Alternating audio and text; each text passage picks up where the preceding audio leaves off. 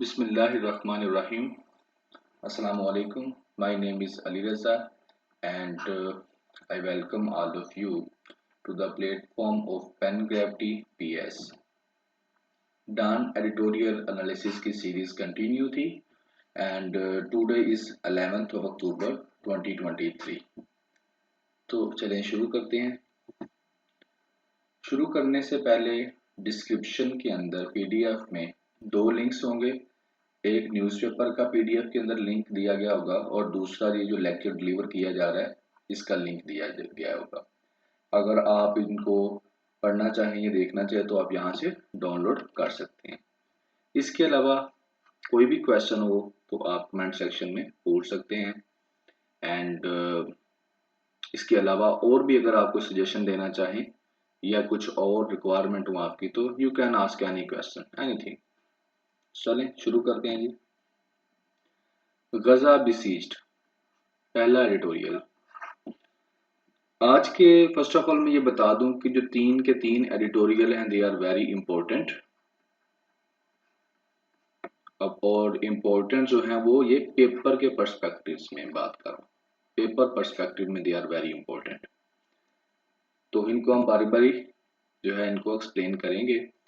तो what is inside of this, जो पहला एडिटोरियल है इसके अंदर क्या है। इसके अंदर मैं इसको एक्सप्लेन करने से पहले आपको जरा गजा का जो थोड़ा सा आइडिया दे दूं कि व्हाट इज गजा, और उसके बाद मैं इसको एक्सप्लेन करता हूँ। ये एक पिक्चर है, दो पिक्चर हैं, एक ये है और ये दूसरी ये वाली है। ये मिडल ईस्ट का मैप है जी। मिडल ईस्ट के कुछ कंट्रीज आपको इस मैप के अंदर नजर आ रहे होंगे। ये है मेडिटेरियन सी, ये है इसराइल जो आप येलो कलर के अंदर देख रहे हैं। येलो कलर में आपको इसराइल नजर आ रहा है। और ये वाले जो दो पॉइंट्स है ना, ये है जी गजा स्ट्रिप नंबर 1 और ये है वेस्ट बैंक नंबर 2। इन दोनों को जब आप जमा करते हैं तो ये बनता है जी पैलेस्तीन, फलस्तीन जिसको हम बोलते हैं। यहाँ पर बैतुल मुकद्दस जेरूसलम ये पॉइंट है जी, यहाँ पर है। ठीक है। अब स्टोरी कुछ इस तरह से है जो इस एडिटोरियल के अंदर एलेबोरेशन की गई है। आप सब ने न्यूज में सुना होगा कि गजा के अंदर जो हमास है, एक ऑर्गेनाइजेशन है, उसका जो फाइटर विंग है उसने जो इसका कैपिटल है यहाँ पर, अगर आप इस यहाँ पर देखें ये तेल अवीव, तेल अवीव जो है ये कैपिटल है इसराइल का। तो यहाँ गजा ने क्या किया है, इनके ऊपर अटैक किया है। यानी कि यहाँ पर रॉकेट्स जो हैं वो काफी कैपिटल के ऊपर और इसराइल के ऊपर उन्होंने कोशिश की है फेंकने की, और काफी उन्होंने फेंके भी हैं इसराइल के मुख्तलिफ इलाकों में। ठीक हो गया। अब उसके रिस्पॉन्ड में जो तेल अवीव है, जो इसराइल है, उसने अब एक ऑपरेशन शुरू कर दिया है गजा में। ठीक है जी।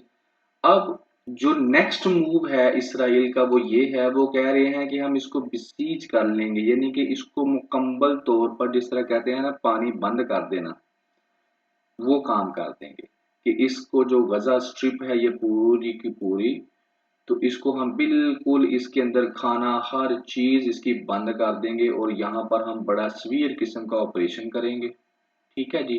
ताकि ये जो हमारे ऊपर इन्होंने अटैक किया है इसका हम इनको रिप्लाई दे सकें। तो आई होप के आपको ये जो सारी सिचुएशन है ये समझ आ गई होगी। बाकी यार न्यूज में भी यही बताया जा रहा है और आगे वो चलती जा रही है, ओपन होती जा रही है। तो ये बेसिकली जो मेन स्टोरी है वो ये है। अब इसमें एडिटोरियल वाला वो क्या एक्सप्लेन करना चाह रहा है, वो क्या बताना चाह रहा है, हम इसको भी देखते हैं। लेकिन मैं वहां जाने से पहले एक और यहाँ पर भी एक चीज बता दूं आपको, that is very important for this perspective कि इस इशू का आपको पता होना चाहिए। वैसे तो बताने का एक पूरा ये इशू है, इसको एक्सप्लेनेशन की जरूरत है, बट यहाँ पर मैं सिर्फ लाइट सा आपको रिव्यू दूंगा ताकि ज्यादा वीडियो जो है लेक्चर लंबा ना जाए।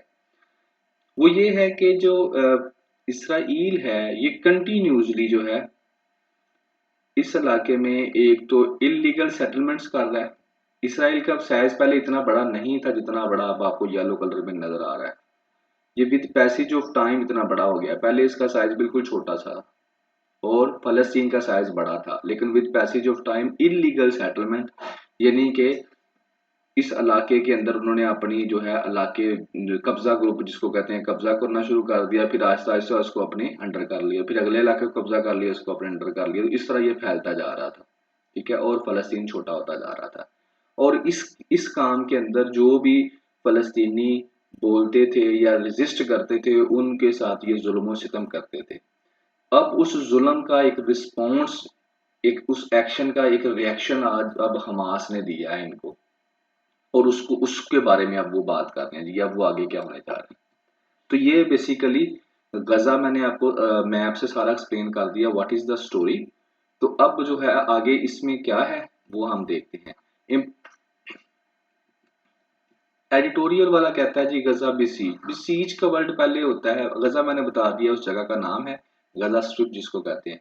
और बिसीज ये होता है कि आर्म फोर्सेस किसी इलाके को सराउंड कर ले, कैप्चर कर ले, ब्लॉकेड उसकी कर दें, तो बिल्कुल उस सारे के सारे इलाके को उसको कब्जा कर लें, चारों तरफ से उसको सराउंड कर लें, जिसे कहते हैं बिसीज करना। अब गजा बिसीज के ऊपर बात क्या हो रही है, अब वही स्टोरी जो मैंने आपको एक्सप्लेन की है उसी को पहले एडिटोरियल वाला एक्सप्लेन करता है। ब्लड बाथ यानी कि खून में नहा रहे हैं इस फलस्तीनी अभी के लिए। हुआ क्या, shock by Hamas, Israeli military with Iron Dome. यहाँ पर वो ये कहना चाह रहा है कि दुनिया जो थी, जैसे S-400 डिफेंस सिस्टम का नाम है, तो इसे आयरन डूम भी कहते हैं। और ये क्या होता है कि अगर कोई ये बॉर्डर है और इस बॉर्डर से अगर कोई रॉकेट आता है, तो यहाँ पर एक डिफेंस सिस्टम लगा हुआ है, वो उसको डिटेक्ट करता है और उसको एयर के अंदर ही उसके साथ अटैक करता है और एयर के अंदर ही उसको डिसमेंटल कर देता है। तो ये था ये, और इससे परचेज भी किया सऊदी अरेबिया ने और काफी मुल्कों ने इनसे परचेज भी किया था ये वाला जी। और ये अब टेक्नोलॉजी की मदद से क्या कर रहा था, इसराइल अपना डिफेंस करता था। जब भी जो हमास वाले या फलस्तीन की तरफ से कोई रॉकेट आता था, तो ये क्या करता था, हवा के अंदर ही उसको डिसमेंटल कर देता था। तो ये इनकी एक सिक्योरिटी का यानी कि ज्यादा अच्छी थी। लेकिन अब क्या हुआ है, हमास ने अब इतने ज्यादा रॉकेट्स जो हैं वो एकदम से छोड़े हैं ना, कि ये जो आयरन डूम है ये वर्किंग तो फिर भी कर रहा था, लेकिन सबको वो डिसमेंटल नहीं कर सका। तो जो इसराइल की जो मिलिट्री की मिथ थी ना, कि बड़ी पावरफुल है, बड़ी इंटेलिजेंस है उनके पास, बड़ा कुछ है, वो सारी की सारी खुल के दुनिया के सामने आ गई है। जिस तरह कहा जाता है कि इसराइल की जो मिलिट्री एजेंसी है वो बहुत स्ट्रॉन्ग है और उनको दुनिया में चप्पे चप्पे का पता है क्या हो रहा है। तो यहाँ पर एक क्वेश्चन मार्क आ रहा है, अगर उनको सारी दुनिया का ये पता चल रहा है कि कहाँ पे क्या हो रहा है और बड़ी वो डाटा कलेक्शन करते हैं, तो उनके नेबर में हमास तैयारी कर रहा था अटैक की, तो क्या वो उसको नहीं उनको पता चला कि हमारे नेबर में क्या हो रहा है, और हमास ने एकदम से उनके ऊपर इतने ज्यादा जो रॉकेट्स हैं लॉन्च कर दिए हैं। तो ये एक क्वेश्चन मार्क बन गया अब उसकी मिलिट्री की स्ट्रेंथ के ऊपर, कि how much powerful the military of Israel. एक चीज तो ये होगी। अब जो जब ये काम हो गया है, तो अब इसराइल क्या करना चाह रहा है, इसराइल ने रिस्पॉन्ड कैसे दिया, इसराइल उसी तरह से रिस्पॉन्ड दिया है जिस तरह वो पहले रिस्पॉन्ड देता था। एक ही तरीका है उसके पास कि फलस्तीनियन जो सिविलियंस हैं उनके ऊपर क्या किया जाए, उनको सिलेक्टर कर दिया जाए, उनके ऊपर जुल्म सितम किया जाए। पहले भी जिस तरह रह रहा है, ये लोग करते थे इसराइली फलस्तीनियों के ऊपर अटैक। तो कभी कभी जब हमास वालों का भी कह लेके दाव लगता था, तो वो भी क्या कर लेते थे, छोटे मोटे अटैक करके एक दो वो भी फौजी मार देते थे। तो उसके जवाब में क्या होता था कि इसराइल वाले वहां के सिविलियन लोगों को क्या करते थे, डिस्टर्ब करते थे, उनको गिरफ्तार कर लिया, किसी को पकड़ के ले गए, किसी को मार दिया, क्रैकडाउन शुरू कर दिया। तो अभी भी इसराइल यही काम कर रहा है। लेकिन उसके साथ साथ अब उन्होंने अनाउंस क्या किया है, एक और चीज भी अनाउंस किया कि हम जो है ना गजा को, पूरे के पूरे गजा को क्या कर लेंगे, सीज कर लेंगे, बिसीज कर लेंगे उसको हम।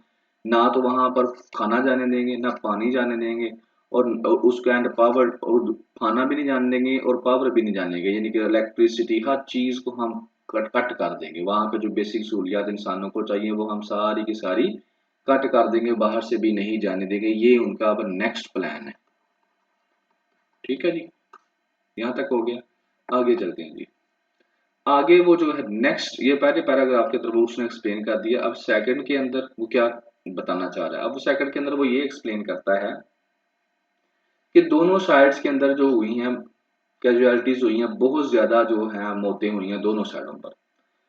लेकिन अब क्या होना चाहिए कि जो भी ये दोनों साइडों पे ऑपरेशन कर रहे हैं, हमास वाले इसराइल की तरफ और इसराइल वाले फलस्तीन की गजा की तरफ, तो जो सिविलियंस राइट्स है ना, उनको जो है कंसिडर करना चाहिए कि जो आम लोग हैं जो इसमें इन्वॉल्व नहीं है उनके राइट्स की कदर करनी चाहिए, उनको नहीं तंग करना चाहिए। ठीक है, ये ऑपरेशन करें, जो भी इनके रेलिवेंट बंदे हैं उनको ठीक है ये टारगेट करें। अगर हमास वाले हैं तो इसराइली फौजियों को करें, इसराइल वाले हैं तो हमास वालों को करें, लेकिन जो आम लोग हैं जिनको इस चीज़ में इल्म ही नहीं है उनके राइट्स की वायलेशन नहीं होनी चाहिए।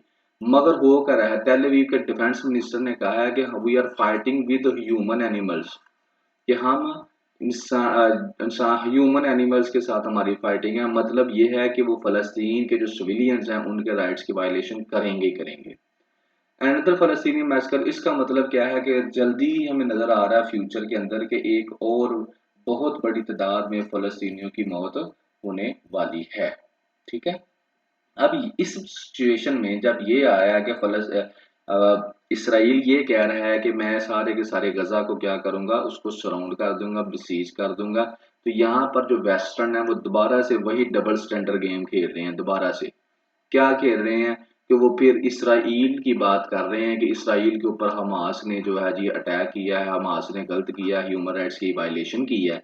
लेकिन दूसरी तरफ जो फ़लस्तीनियन के ह्यूमन राइट्स की वायलेशन इतने सालों से इसराइल कर रहा है, उसकी कोई भी बात नहीं करता। उनके बच्चों को मार रहे हैं, वो अपने बच्चों को, बूढ़ों को, औरतों को, सबको मार रहे हैं वो, लेकिन इसकी बात कोई नहीं करता। तो वेस्टर्न दोबारा से डबल स्टैंडर्ड खेल रहा है, यूएसए है और वेस्टर्न कंट्रीज हैं, वो फिर हमास की कह रहे हैं जी हमास ने क्यों अटैक किया, हमास ने क्यों अटैक किया। ये नहीं कहते कि जब आप लोग किसी के ऊपर जुल्म करते हैं तो फिर उसका रिएक्शन तो आता ही है, इसकी कोई बात नहीं करते जी वो। अब यहाँ पर जो है वे यहाँ मुझे लिखना चाहिए था वे फॉरवर्ड, लेकिन मैं आई थिंक सो भूल गया यहाँ पर लिखना। तो इस हेडिंग में ये है कि व्हाट टू डू, अब क्या करना है जी। काम तो हो गया, जो होना था, अटैक भी हो गए दोनों तरफ, और अब इसराइल को एक मौका भी मिल गया है कि वो फलस्तीन को और ज्यादा जो है वो उनको बेचारों को मारे और ज्यादा उन पे जुल्म करे, और वो इसका भरपूर फायदा उठा रहा है कि हमास ने तो अटैक कर दिया ठीक है, लेकिन अब उसके रिस्पॉन्ड में फलस्तीनियन के ऊपर भरपूर जुल्म वो करेगा, नए नए प्लान बनाएगा, नए नए मनसूबे बनाएगा। अब करना क्या है? अब जी पहली बात तो यह है कि जो वर्ल्ड कम्युनिटी है ना, उसको इसराइल को रोकना चाहिए गजा को ब्लॉक करने से। और इसके साथ साथ क्योंकि यूनाइटेड नेशंस ने भी कह दिया कि ये गलत है, इंटरनेशनल लॉ के मुताबिक बैन है, कि इंटरनेशनल लॉ जो है उसके मुताबिक, एक होता है लोकल लॉ जो एक मुल्क के अंदर चलता है, और एक होता है इंटरनेशनल लॉ। इंटरनेशनल लॉ ये होता है कि एक स्टेट और दूसरी स्टेट के दरमियान जो तल्लुकात, मुआहदे, सारा कुछ जो होता है उसको वो किस लॉ के मुताबिक होता है उसे हम इंटरनेशनल लॉ कहते हैं। और ये सीएसएस के अंदर एक प्रॉपर सब्जेक्ट भी है ऑप्शनल के अंदर, इंटरनेशनल लॉ। बहरहाल मैं उधर नहीं जाऊंगा। तो यूनाइटेड नेशंस ने भी कह दिया है कि इंटरनेशनल लॉ के मुताबिक जो है ये गलत है, ऐसा नहीं करना चाहिए, और वर्ल्ड कम्युनिटी को भी इसराइल को रोकना चाहिए कि ये जो काम कर रहा है ना गजा को, हम यानी कि उसकी पानी की सप्लाई बंद कर देंगे, खाने की, पावर की, मेडिसिन की, तो ये काम नहीं करना चाहिए। अगर वो ये काम करता है तो फिर बेसिकली जो तेल अवीव है ना वो कोशिश कर रहा है वार क्राइम्स करने की। ठीक है, हो गया जी। अब दूसरी तरफ वो कह रहा है कि मुस्लिम स्टेट्स को, ठीक है, और यूनाइटेड नेशंस को अब ज़रूरत है कि वो कोऑर्डिनेट करें, आपस में मिलें जुलें, बात करें, और फ़लस्तीनियों की जो है ना मेडिकल केयर, उन यानी कि उसको इंश्योर करें कि फ़लस्तीनियों के जो वहाँ पे सिविलियंस हैं उनके राइट्स की वायलेशन ना हो, उनको मेडिकल केयर दी जाए, फूड दिया जाए, शेल्टर दी जाए, और इसराइली फोर्सेस से उनको बचा कर रखा जाए। और लास्ट पे वो ये कहता है कि अगर आप वाकई चाहते हैं कि मिडल ईस्ट में सुकून हो तो फिर जो फ़लस्तीन का इशू है इसका आपको जवाब ढूंढना पड़ेगा। अदरवाइज जो है फ़लस्तीन जो है ये प्रॉब्लम जो है जब तक सॉल्व नहीं होती मिडल ईस्ट में सुकून नहीं हो सकता। तो ये था जी गजा डिसीज्ड। इसके अंदर जो है पेपर पॉइंट ऑफ व्यू तो सीधा सीधा ये इशू है फ़लस्तीन इशू करंट अफेयर के अंदर, तो ये आपको इसकी हिस्ट्री का पता होना चाहिए और प्रेजेंट सिचुएशन का भी पता होना चाहिए। अब इंटरव्यू में जो जो लोग जा रहे हैं जी उनको तो बिल्कुल इसका हार है, जैसे इंटरव्यू पीएमएस के शुरू होने वाले हैं जी 2022 के पंजाब में, तो उनको इस चीज के बारे में सारा फलस्तीन की हिस्ट्री का पता होना चाहिए और प्रेजेंट सिचुएशन का, और यहाँ पर वो क्वेश्चन पूछ सकते हैं कि पाकिस्तान कहाँ पे स्टैंड कर रहा है जी। ठीक है, व्हाट विल बी पाकिस्तान क्या करे, तो पाकिस्तान ने क्या करना है, ओआईसी का मेंबर है, मुस्लिम मुस्लिम कंट्री है, तो पाकिस्तान और साथ में यूनाइटेड नेशंस है, इन सब के अंदर पाकिस्तान क्या करे, कोशिश करे फ़लस्तीन की आवाज़ को उठाए, मुसलमानों को इकट्ठा करे और उनके राइट्स और ह्यूमन राइट्स की जो वायलेशन हो रही है उसको बचाए, क्योंकि पाकिस्तान इतना इकोनॉमिकली स्ट्रांग नहीं है कि कुछ कर सके। तो यही कर सकता है कि दूसरों को मिला मिलू के अपने साथ कोई एक एजेंडा बनाए, वो कोई प्लेटफॉर्म के ऊपर बात करे, ताकि उनकी जो ह्यूमन राइट्स की वायलेशन होने जा रही है, आगे इसराइल ने करनी है, तो उनको उससे बचाया जा सके। तो यही है। और इसी यानी कि ये दिन ब दिन प्रोग्रेस होती रहती है। और दूसरा ये है कि फ़लस्तीन का जो इशू है, इसका जो है सॉल्यूशन होना चाहिए, सॉल्यूशन के बगैर पीस मुमकिन नहीं है। ठीक हो गया जी। तो यही था आज के लिए जी। नेक्स्ट आगे चलते हैं, पोल्यूटेड एयर। इसके अंदर वो पोल्यूशन की बात करेगा इस एडिटोरियल के अंदर, और ये काफ़ी डिटेल्ड है। इसको आप ऐसे में इस्तेमाल कर सकते हैं इसके पॉइंट्स, ऐसे में। और इसके अलावा करंट अफेयर या कहीं भी आप, ये पेपर आता है ना पोल्यूशन के पॉइंट ऑफ व्यू से कोई भी क्वेश्चन आता है, you can add these points. काफ़ी पॉइंट्स हैं जिसमें काजेज भी हैं, फैक्ट्स भी हैं, और काफ़ी कुछ है। और ये ज़्यादातर लाहौर की बात करेगा, लाहौर में जो पोल्यूशन का प्रॉब्लम है उसके ऊपर बात करेगा। चलें इसको देखते हैं, जिसमें क्या है जी, पोल्यूटेड एयर, इसके ऊपर वो बात कर रहा है। कहता है लाहौर फिर टॉप पे है, दुनिया में सबसे ज़्यादा गंदा शहर लाहौर है पोल्यूशन के लिहाज से, दोबारा से भी। कहता है विंटर में क्या होता है, सर्दियों में क्या होता है, थिक स्मोक, स्मोक जो होती है, एक तो गाड़ी हो जाती है, आ जाती है, ठीक, धुंध, टेम्परेचर नीचे चला जाता है, तो जो सिचुएशन है और ख़राब हो जाती है। दूसरी वो बात करता है कि जो डेवलपमेंट वर्क हो रहा है, सिग्नल फ्री कॉरिडोर्स बन रहे हैं लाहौर के अंदर, डेवलपमेंट वर्क हो रहा है, वहां से मट्टी वगैरह, डस्ट वगैरह उड़ रही है, हैवी डस्ट वगैरह। और तो ये भी क्या है जी, पोल्यूशन है। तो इससे क्या हो रहा है, जो सांस लेने का प्रॉब्लम हो रहा है, और दूसरे हेल्थ की प्रॉब्लम भी लोगों को हो रही है। यानी कि एक तो ये प्रॉब्लम चल रही है ऊपर वाली, और प्लस में ये जो कॉरिडोर वाला, सिग्नल फ्री कॉरिडोर वाला डेवलपमेंट का काम शुरू है, ये भी, ये दोनों मिलकर अच्छा खासा लाहौर को गंदा कर रहे हैं, और लोगों को इसके प्रॉब्लम हो रही है, मेडिकल यानी कि हेल्थ की प्रॉब्लम्स फेस करनी पड़ रही है। आगे वो कहता है ग्लोबल सर्वे जो है स्विस का, 2022 के अंदर Lahore city worst air in the world, दुनिया में सबसे गंदी हवा लाहौर की थी 2022 के अंदर। ठीक है। और AQI measures, air quality index इसको बोलते हैं, एयर क्वालिटी इंडेक्स, AQI को। तो एयर क्वालिटी इंडेक्स जो है ना, वो मेजर करता है रिस्क ऑफ हेल्थ, बेसिकली कि जो एयर है किसी इलाके की, कि वो कितनी साफ है, कितनी क्लीन है, और अगर कितनी गंदी है तो what will be the impacts on the health. ठीक है। तो इस पॉइंट ऑफ व्यू से 2023 के अंदर, 2022 के अंदर जो है, ये सबसे ज्यादा जो है पाकिस्तान की लाहौर की एयर क्वालिटी इंडेक्स जो था वो सबसे पुअर था जी। ये तो उसने अब इस जो प्रेजेंट सिचुएशन है और जो हिस्टोरिकल पॉइंट ऑफ व्यू से लाहौर की सिचुएशन को बता दिया। अब आगे वो कह रहा है, अब यहाँ पे हम इफेक्ट्स तो देखेंगे, इसी के अंदर एडिटोरियल के अंदर अब वो नेक्स्ट जो है वो इफेक्ट्स की बात कर रहा है। तो यहाँ पर हम डिस्कस करेंगे इसके इफेक्ट्स क्या हैं। कह रहा है जी जो प्रॉब्लम है ऑफ एयर पोल्यूशन, पोल्यूशन वैसे काफी तरह की होती है, तो यहाँ पर बात हो रही है एयर पोल्यूशन की। ठीक है ना, there are many types, everyday science के अंदर जब आप टॉपिक करेंगे ना पोल्यूशन का, तो they have many types of pollution. ठीक है, वाटर पोल्यूशन, एयर पोल्यूशन, और बड़ी है। तो लेकिन हम, मैं उधर नहीं जाऊंगा, अभी जो है आप एयर पोल्यूशन की बात करते हैं। Problem of air pollution growing in Lahore, कहता है लाहौर में ये जो प्रॉब्लम है ये बढ़ती जा रही है दिन ब दिन।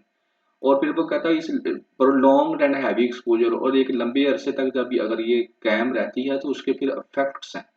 क्या इफेक्ट्स हैं जी, हेल्थ कॉम्प्लिकेशंस, सेहत के ऊपर इफेक्ट्स ज़ाहिर होंगे एयर के। तो उसमें क्या है, asthma, lungs damage, throat infection, stroke, heart problem, short and life expectancy.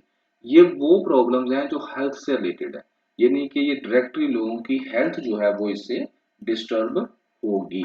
ठीक है जी। तो ये इसके इफेक्ट्स हैं जो कि एयर की वजह से हो रहे हैं, एयर पोल्यूशन की वजह से हो रहे हैं। अब ये क्यों, काजिज क्या है, क्या वजूहत हैं जी, क्यों ये दिन ब दिन जो है ये लाहौर की एयर गंदी से गंदी होती जा रही है, इसकी वजह क्या है, क्यों नहीं ये साफ हो सकती। पहली बात वो कहता है sadly decision makers are slow, जो डिसीजन जिन्होंने लेना है वही स्लो है। पहली बात तो ये है ना, जो मेन पे बैठे हैं ऑफिशियल्स हैं, चाहे वो ब्यूरोक्रेट्स हैं या पार्लियामेंटेरियन है, तो वो ही पहली बात है बड़े स्लो हैं, उनको इतनी ज्यादा इसकी फिक्र ही नहीं है, वो इसको इतना बड़ा इशू कंसीडर ही नहीं कर रहे, वो कहते हैं ठीक है, इट्स ओके। और वो सादा सा ब्लेम कर देते हैं जी इंडियन फार्मर्स के ऊपर कि इंडियन फार्मर्स जो है ना स्टबल बर्निंग के स्टबल बर्निंग ये होता है बेसिकली कि वहां पर जो है डिफरेंट किस्म की जो उनके फार्मर्स हैं जो फसलों के अंदर आग लगाई जाती है और यानी कि उसके से जो एयर पैदा पोल्यूशन पैदा होती है एयर में वो हवा के थ्रू पाकिस्तान में इंटर हो जाती है और पाकिस्तान में नियरेस्ट जो है वो लाहौर है इंडिया के अभी बॉर्डर के ऊपर। तो वो कहते हैं जी ये हमारे तो हाथ में नहीं है हम क्या कर सकते हैं ये तो इंडियन फार्मर्स की वजह से लाहौर गंदा है कि वो ये चीजें जलाते हैं तो लाहौर में सारा धुआं मिट्टी आ जाता है और जिसकी वजह से लाहौर की जो है ना फिजा गंदी हो जाती है तो इसलिए ये तो हमारे हाथ में नहीं है तो हम तो कुछ कर भी नहीं सकते। सादा सा जवाब है उनके पास वो आराम से बैठे हुए हैं। लेकिन दूसरी तरफ वो ये कहता है कि लेकिन दूसरे फैक्टर्स को तो कंट्रोल कर सकते हैं ना लेकिन वो उधर भी तवज्जो नहीं देते वो इसी बड़े फैक्टर के ऊपर ही ब्लेम करके आराम से बैठे हैं। दूसरे फैक्टर्स वो हाईलाइट करता है जैसे कि गाड़ियों का धुआं जी फैक्ट्रियां जो लाहौर में बहुत ज्यादा है उनकी वजह से है जी industrial pollution fossil fuels power plant यहाँ पर कई अभी भी पावर प्लांट लाहौर के अंदर चल रहे हैं जो फोसल फ्यूल्स के ऊपर हैं जैसे कि लकड़ी के ऊपर है ये दूसरी चीजों के ऊपर है तेल के ऊपर ये कोयले के ऊपर तो वहां से भी धुआं निकलता है। तो वेस्ट मटेरियल जलाया जाता है बहुत सी जगहों पर कई ऐसे इलाके हैं जो वहां पर ये कागज वगैरह जो होते हैं इनको जलाया जाता है मोमी कागज जिसे हम बोलते हैं तो उससे अच्छी खासा जो धुआं पैदा होता है। और स्मोक फ्रॉम टायर बर्निंग कई ऐसी जो है कई ऐसे ब्रिक किलर्स हैं जो भट्ठे हैं ईंटों वाले लाहौर के नजदीक लाहौर के एरियाज में ये पंजाब के अंदर जहाँ पर जो है टायर जो होते हैं खराब उनको जलाकर जो है क्या किया जाता है वो ब्रिक किलर्स को काम पे वहां पे एनर्जी पैदा की जाती है तो उससे अच्छी खासी इन्वायरमेंट के अंदर जो है ये गंदी जो हवा मुख्तलिफ किस्म की गैसेस आती हैं जिससे एयर पोल्यूशन होती है। तो इन फैक्टर्स को तो वो कंसीडर ही नहीं करते जो ऑफिशियल्स हैं वो कहते हैं जी बस इंडिया की तरफ से ही आ रहा है ये इतना बड़ा नहीं है काम। हाँ इसके ऊपर वो अगर देखते भी हैं तो ज्यादा डीपली नहीं देखते तो यही मेन काजेज हैं जिनकी वजह से हवा जो है पाकिस्तान की गंदी से गंदी लाहौर की होती जा रही है। अब गवर्नमेंट को करना क्या चाहिए व्हाट गवर्नमेंट इज डूइंग अभी कर क्या रही है और आगे अभी कर क्या रही है जी पीछे तो काजेज उसने बता दी कि ये भी काजेज हैं गवर्नमेंट क्या कर रही है। गवर्नमेंट फोकस कर रही है लाहौर में सिग्नल फ्री रोड्स के ऊपर जो कि कार ओनर्स के लिए नहीं है। ठीक हो गया जी जो कि सॉरी कार ओनर्स के लिए है बिल्डिंग बिल्डिंग कर रही है signal free roads for car owners. ठीक है जी तो इसके ऊपर वो काम कर रही है गवर्नमेंट। अब उसको चाहिए कि वो प्रमोट करे कलेक्टिव वेलबींग ऑफ सिटीजन्स ऐसे काम करे जिससे सारे लोगों को फायदा हो जो गरीब से गरीब है उसको भी फायदा हो ना कि ऐसे काम करें जिससे सिर्फ अमीर लोगों को फायदा हो। जैसे गरीब लोग अब कई बेचारे हैं पैदल चलने वाले हैं जो गाँव में रहते हैं तो उनको इन कॉरिडोर्स का तो कोई फायदा नहीं। इन कॉरिडोर्स का फायदा तो सिर्फ लाहौर वालों को है या फिर जो ओनर्स हैं कारों के ओनर्स हैं उनको ज्यादा फायदा है। तो कहता है ये नहीं देखना चाहिए सोशो इकोनॉमिक बैकग्राउंड देख के गवर्नमेंट काम ना करे गवर्नमेंट ये देखे ऐसे काम करे जिससे कलेक्टिव वेलबींग ऑफ सिटीजन हो यानी कि सारे के सारे शहरियों को फायदा मिले। दूसरा उसने कहा कि इन्फोर्समेंट ऑफ लॉ हो अगेंस्ट पोल्यूटर्स वो लोग जो कि हवा को गंदा कर रहे हैं किसी भी तरह से तो उनके जो लॉज बनाए गए हैं उसकी इन्फोर्समेंट हो जैसे कि ये ब्रिक किलन्स है तो असिस्टेंट कमिश्नर अक्सर जाते हैं इनको चेक करने के लिए इनको बंद भी करते हैं लेकिन वो फिर भी वर्किंग कर रहे होते हैं। तो ये इन्फोर्समेंट ऑफ लॉ होनी चाहिए तो वो भी हो। गवर्नमेंट क्या कर रही है दूसरी तरफ गवर्नमेंट ये कर रही है गवर्नमेंट का फोकस ये नहीं है कि मैं इनके ऊपर करूं या ये कॉरिडोर ना बनाऊं। गवर्नमेंट कर रही है आराम से कहती है स्कूल बंद कर दो जी। क्यों जी अगर ट्रैफिक फिर क्या होगी कम आएगी रोड के ऊपर तो कम धुआं निकलेगा तो उससे बेहतर हो जाएगा। आसान साल है स्कूलों को बंद कर देते हैं कॉलेजों में छुट्टी दे देते हैं तो इस तरह के काम करते हैं। तो ये ऐसे काम नहीं होने चाहिए बल्कि इन्फोर्समेंट ऑफ लॉ होनी चाहिए और ये कॉरिडोर वाले काम भी थोड़े कम होने चाहिए ताकि गंदगी कम पैदा हो। लाहौर और क्वालिटी इसके अलावा कहता है कि जो लाहौर की एयर क्वालिटी है ना उसको हम लिंक कर सकते हैं पुअर अर्बन प्लानिंग के साथ एंड अदर अर्बन इश्यूज के साथ। उसमें क्या है सॉलिड वेस्ट मैनेजमेंट नहीं है पुअर है पर लाहौर के अंदर सॉलिड वेस्ट मैनेजमेंट गाड़ियों का धुआं निकल रहा है और पब्लिक ट्रांसपोर्ट तो बहुत कम मैनेज पब्लिक ट्रांसपोर्टेशन जो है उसको उसकी बहुत कमी है मुख्तलिफ रूट्स के ऊपर। अब जो मेट्रो है वो सारे रूट्स कवर नहीं करती वो एक स्पेसिफिक रूट कवर करती है तो दूसरे रूट्स पे लोगों को जाने के लिए क्या करना पड़ता है खुद से इंतजाम करना पड़ता है या दूसरी ऐसी चीज़ों के ऊपर सफ़र करना पड़ता है जो बहुत ज़्यादा जो धुआं छोड़ती हैं जैसे कि चिंची वगैरह हैं रक्शे हैं या और कोई चीज़ें हैं। तो ये चीज़ें भी जो हैं ये क्या है जी, पुअर अर्बन प्लानिंग की वजह से है। तो अर्बन प्लानिंग भी यानी कि शहर की प्लानिंग अच्छी होनी चाहिए, उससे भी जो है एयर क्वालिटी जो है वो बेहतर होगी। तो ये था जी आज का एडिटोरियल पोल्यूटेड एयर। तो पोल्यूटेड एयर को आप बड़े अच्छे तरीके से, अब इसमें मैंने फैक्ट काजेज भी आपको बताई हैं, ठीक है ना, और कई ऐसे फैक्टर्स भी हाईलाइट किए हैं, और उसके अलावा इसके इफेक्ट्स भी बताए हैं कि इससे क्या हेल्थ के ऊपर क्या क्या इशू आ रहे हैं, और इसके अलावा गवर्नमेंट क्या कर रही है, गवर्नमेंट जो है अभी के लिए वो क्या काम कर रही है।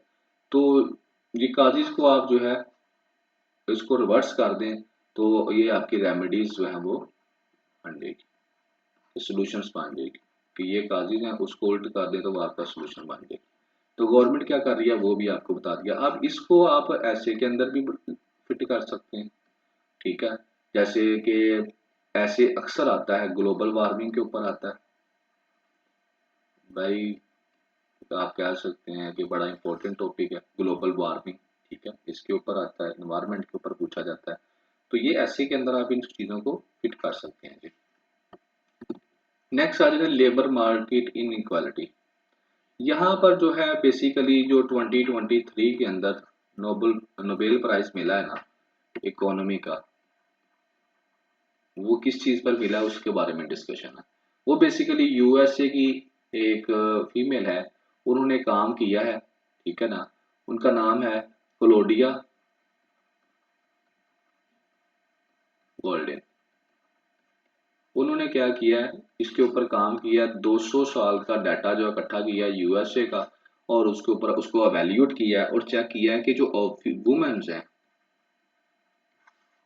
उनको जो है जब वो काम करने के लिए जाती हैं तो कितनी तनख्वाह मिलती है और मर्दों को कितनी मिलती है, या उनको क्या सहूलतें मिलती हैं और मर्दों को कितनी मिलती है, क्या बराबर मिलती है तनख्वाह या कम मिलती है, या कब इकोनॉमी के अंदर उनका क्या रोल है। तो इन चीज़ों को उन्होंने डिस्कस किया है और इसी के ऊपर उनको नोबेल प्राइज मिला है। तो चलें जी, लेबर मार्केट इन इक्वालिटी यानी कि लेबर मार्केट इन इक्वालिटी, कि लेबर की जो मार्केट है उसमें इन इक्वालिटीज के ऊपर वो डिस्कशन करेगा। वही बात जो मैंने आपको बताई, 2023 के नोबेल प्राइज इकोनॉमी के अंदर मिला है अमेरिकन की, वो है क्लोडिया गोल्डन। स्टडी उन्होंने क्या की है, gender differences the labour market over the centuries, कि जेंडर का जो डिफरेंस है, जेंडर बेसिकली मेल फीमेल को नहीं कहते, जेंडर कहते हैं रोल को, जो वो काम करते हैं, जेंडर इनइक्वालिटी, ठीक है ना, इसको बोला जाता है। अब उसने क्या किया, 200 साल का जो डाटा है यूएसए का, फिर ठीक है ना, इकट्ठा किया, और वहां से उसने दिखा क्या है कि वुमेन अर्निंग कितनी है जी, एंड लेबर मार्केट पार्टिसिपेशन कितनी है, चीजें उसने देखी हैं women's. How and why gender pay and empower employment gap exist, क्यों, how and why gender pay तनख्वाह और एम्प्लॉयमेंट गैप एग्जिस्ट, ये सारी चीजें उसने चेक की हैं। अब उसने चेक करने के बाद उसका जो रिजल्ट क्या निकला, उसने कहा ये बात वो सिर्फ करेगी यूएसए की, उसने पूरी दुनिया की नहीं की, सिर्फ उसने यूनाइटेड स्टेट ऑफ अमेरिका सिर्फ अपने मुल्क की है, क्योंकि यही बहुत बड़ा काम था, उसने दूसरी दुनिया को छोड़ दिया, सिर्फ अपने मुल्क के अंदर देखा है कि यहाँ पर क्या हो रहा है। U shaped observation, U shaped observation रही है जी उसकी। वो कैसे है जी, उसने कहा कि जब यूएसए में चेंज आ रहा था एग्रेरियन, एग्रेरियन का मतलब है कि रिलेटेड टू एग्रीकल्चर, फार्मिंग, इस तरह की चीजें जो मुख्तलिफ हैं, जब वहाँ एग्रेरियन से शिफ्ट हुई इंडस्ट्री पे दुनिया, इंडस्ट्रियल सोसाइटी बनी, तो फिर क्या हुआ कि ये जो वुमेन्स की पार्टिसिपेशन है वो कह रही है यू टाइप है, यानी कि पहले अगर इतने लोग वुमेन्स काम कर रही थी, तो जैसे ही ये इंडस्ट्रियल सोसाइटी बनी यूएसए, तो ये कम होना शुरू होगी, वुमेन का जो काम है वो कम होना शुरू होगी, नीचे को जाना शुरू होगी, ठीक है। लेकिन जैसे ही ये जो इंडस्ट्रियल सोसाइटी है ये आगे बढ़ी यूएसए की, और ये चली गई सर्विस सेक्टर के अंदर, जैसे ही सर्विस सेक्टर बढ़ा यानी कि ये सर्विस सेक्टर की तरफ गई, तो फिर वुमेन जो है वो दोबारा उनकी पार्टिसिपेशन बहुत ज्यादा बढ़ गई। तो ये उसकी बेसिक फाइंडिंग्स थी कि पहले जब यूएसए की बात कर रही है कि जब यूएसए पहले एग्रेरियन सोसाइटी था, तो वुमेन्स की पार्टिसिपेशन थी जितनी भी थी, उनकी अर्निंग भी थी, उनको पैसे भी मिल रहे थे, थोड़े मिल रहे थे, जॉब मिल रहा था।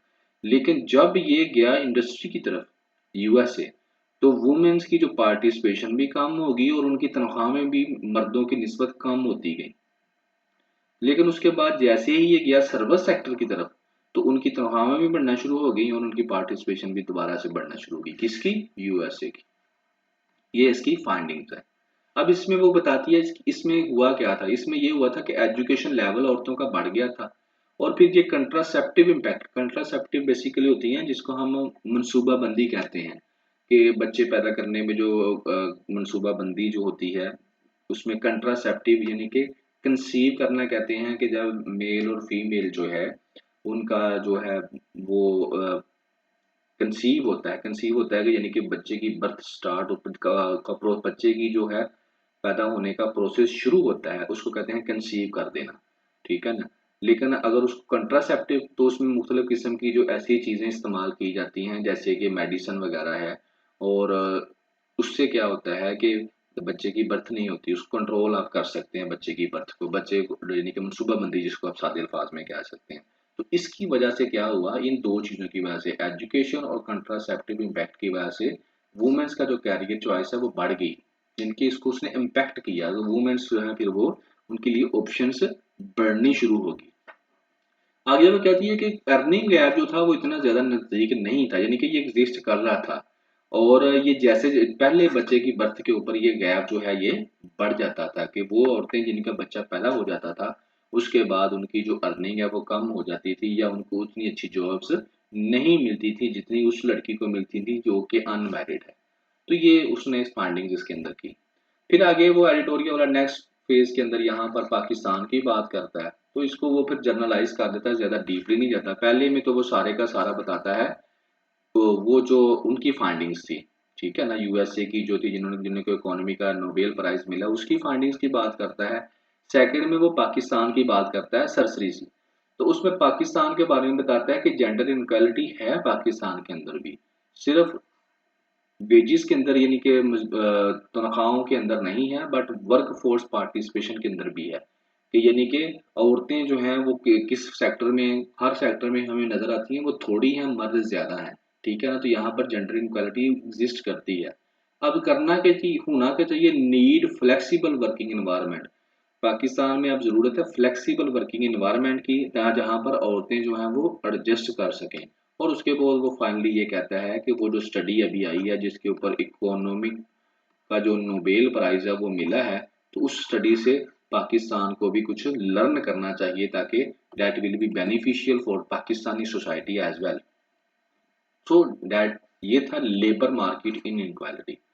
तो लेबर मार्केट इनक्वालिटी के अंदर नोबेल प्राइज की बात की 2023 की किसको मिला उसके बारे में बताया क्यों मिला वो आपको बताया और ये बेसिकली किसको हिट कर रहा है जी। आप इसमें इकोनॉमी के अंदर इसको ऐड कर सकते हैं। आप इसको वुमेन का कोई टॉपिक हो उसके अंदर इस पॉइंट्स को एडप्ट कर सकते हैं। So you can handle it like this. So आज के लिए इतना ही। Thank you very much.